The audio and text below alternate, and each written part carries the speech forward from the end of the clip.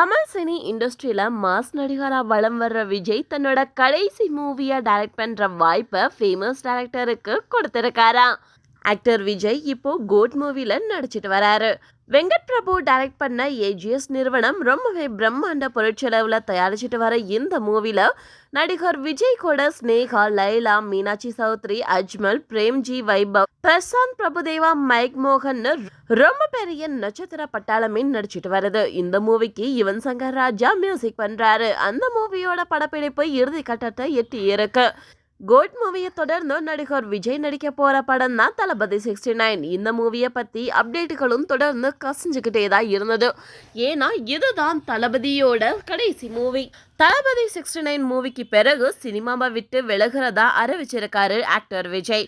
அதுக்கு பிறகு முழு நேர அரசியல்ல ஈடுபட போறதால நடிப்புக்கு முழுக்க போட முடிவெடுத்திருக்காரு விஜய்.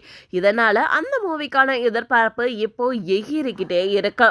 விஜயோட கடைசி மூவியான தளபதி 69 டிவிவி தனையா தயாரிக்க போறாரு. இந்த மூவியோட டைரக்டர் யாரு அப்படின்றது தான் ரொம்ப பெரிய கேள்வியா இருந்துச்சு. இந்த பட்டியல்ல வெற்றிமாறன், கார்த்திக் சுப்பராஜ், திருவிக்ரம் ஸ்ரீனிவாஸ், அட்லி போன்றோரோட பெயர்கள் எல்லாமே அடிபட்டு இருந்த நிலையில இப்போ ஒரு வழியா அந்த பொன்னான வாய்ப்பை தட்டி தூக்குனது யாரு அப்படின்ற ஒரு சுவாரஸ்ய தகவல் ஒன்று சோசியல் மீடியாவில் கசிஞ்சிருக்கு. தளபதி 69 மூவியை டைரக்டர் வினோத் தான் டைரக்ட் பண்ண போறாராம். இது கிட்டத்தட்ட கன்ஃபார்ம் ஆயிருச்சாம். இதுக்காக கமல்ஹாசன் கிட்ட இருந்து தடையில்லா சான்றும் அவர் வாங்கிட்டதா சொல்லப்படுது. கமலோட ராஜ்கமல் நிறுவனத்துக்காக வினோத் ஒரு மூவியை டைரக்ட் பண்றதா இருந்துச்சு. கடைசியில கதையில திருப்தி இல்லாததால கமல் நடிக்க மறுத்துட்டாரு.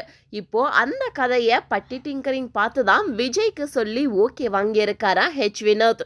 அண்ட் இந்த மூவிக்கு அனிருத் தான் மியூசிக்கும் பண்ண போறாராம். இதை பத்தின அஃபிஷியல் அனௌன்ஸ்மெண்ட் ரொம்ப சீக்கிரமாவே வெளியாகும் அப்படின்னு எல்லாராலையும் எக்ஸ்பெக்ட் பண்ணப்படுது.